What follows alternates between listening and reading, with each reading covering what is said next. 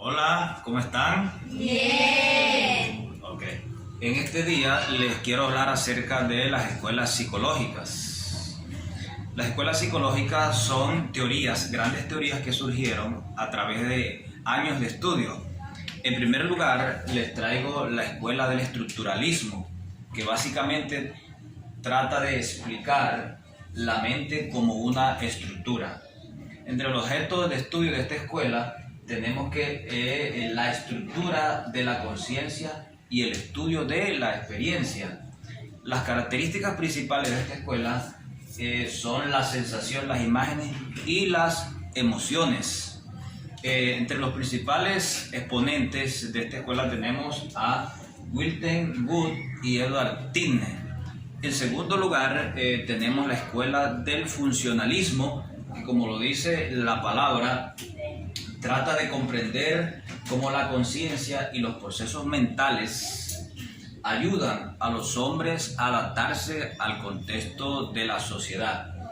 El objeto de estudio de esta escuela es el funcionamiento de la conciencia, es decir, conocer la función de la mente y de la conducta.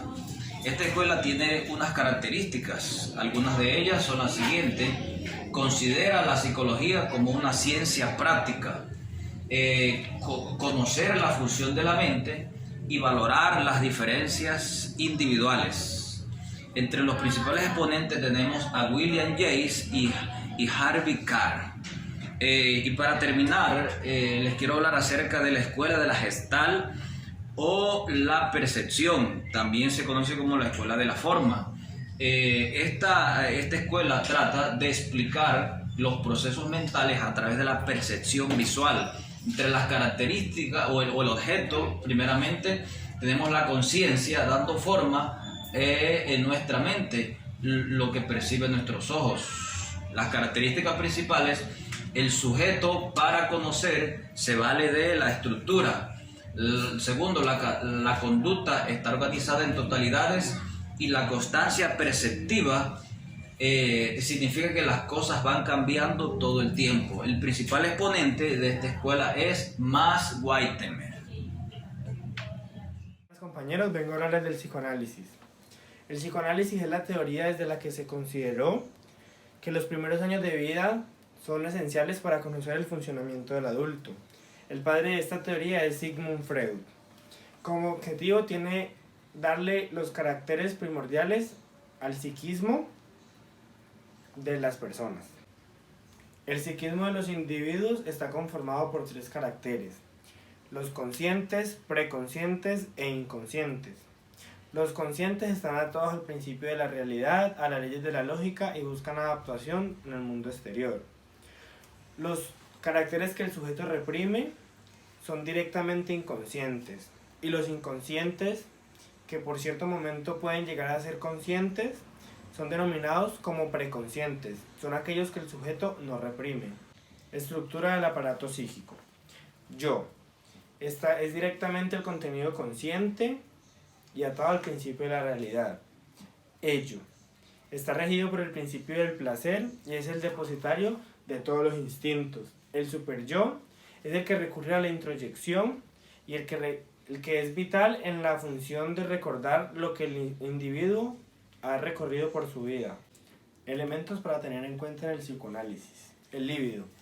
El líbido es un término que se usa en medicina y en el psicoanálisis de manera general para denominar el deseo sexual de una persona y tiene sus etapas a lo largo de la vida. Los fallos o errores en la conducta son acciones reprimidas por el sujeto. Y los sueños para Freud eran el camino directo hacia el inconsciente. El nombre del austriaco Alfred Adler va unido comúnmente al de Freud. Este creó su propio sistema psicoanalítico. Se basa en la importancia de las compensaciones. Cuando algo no nos satisface tendemos a compensarlo, por ejemplo los complejos. El suizo Carl Gustav Jung fue un psiquiatra y pensador, investigador incansable por tratar de entender la naturaleza de la especificidad humana. Buenas tardes, mi nombre es Dejainer Franco, estudiante de MOE. Bueno, hoy vamos a hablar del humanismo. El humanismo es fundado por Abraham Maslow en el siglo XX Cuando hablamos de humanismo, debemos tener en cuenta que es el que estudia el ser humano desde todas sus índoles filosóficas. ¿De qué se encarga el humanismo? De la salud mental y la calidad de vida del ser humano. Además reconoce como persona el centro de todas las cosas. El método del humanismo es la psicoterapia, que estudia el ser humano desde las índoles filosóficas. El ser humano sabemos todo lo que abarca. Entre los principales representantes del humanismo debemos destacar a Erasmo Rotterdam.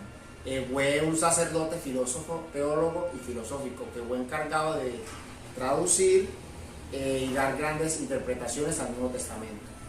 Nicolás Copérnico, reconocido por ser el autor del heliocentrismo. Tomás Toro, un importante escritor y jurista inglés, reconocido por su obra Utopía. Teoría sociocultural de Vygotsky. Nace en el año de 1978 y destaca el crecimiento cognitivo del niño mediante la interacción social, es decir, en el medio ambiente en el que se desarrolla el niño. El filósofo Vygotsky se centra principalmente en el desarrollo del niño para aprender y pensar. Tenemos otros elementos como son el desarrollo próximo, el aprendizaje cooperativo, el enfoque de procesamiento de información.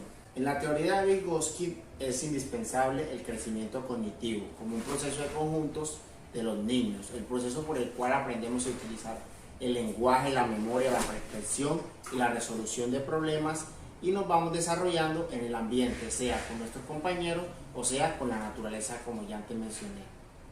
Para concluir, según Vygotsky, el desarrollo cognitivo de los individuos se encuentra directamente relacionado con la interacción social. Es decir, que la persona es consecuencia de la socialización. Buenas, mi nombre es Álvaro Guerrero y voy a hablar de dos escuelas, cognitivismo y constructivismo. Cognitivismo. Esta escuela busca comprender la conducta humana a partir del análisis de cómo las personas buscan, interpretan, transforman, almacenan y reproducen la información obtenida del medio ambiente. Se enfatiza entre sus estímulos y su respuesta. Su objeto de estudio principal es de cómo la mente interpreta, procesa y almacena la información obtenida con el fin de identificar sus estructuras y funciones.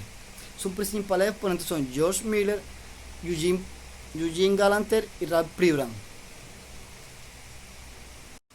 Constructivismo.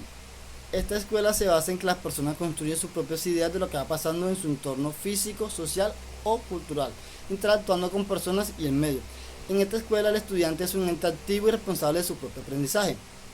El objeto de estudio de este se basa en el conocimiento y el resultado que se puede obtener siendo dinámico y con interacción creada por la mente. Sus características son dinámico e interactivo, aprendizaje significativo en base a la experiencia. Sus principales exponentes son Jean Piaget y David Ausubel.